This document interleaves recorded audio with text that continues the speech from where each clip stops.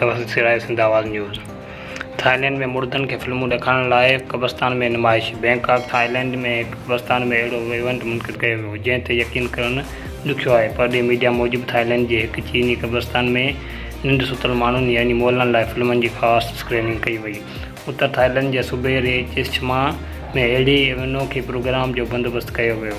2800 कब्रनि वारे हिन कब्रस्तान में फिल्म फेस्टिवल में मोलनि लाइ ख़ासि सीटनि जो बंदोबस्तु पिणु कयो वियो जेके आख़िर ताईं ख़ाली रहियूं।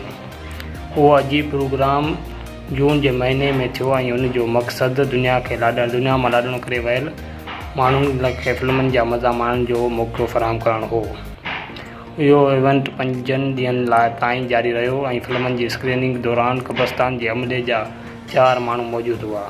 अमले रोअण लाइ खाधे पीते जो बंदोबस्तु बि कयो हो, पर उहो वाज़े न आहे त उन जो छा थियो।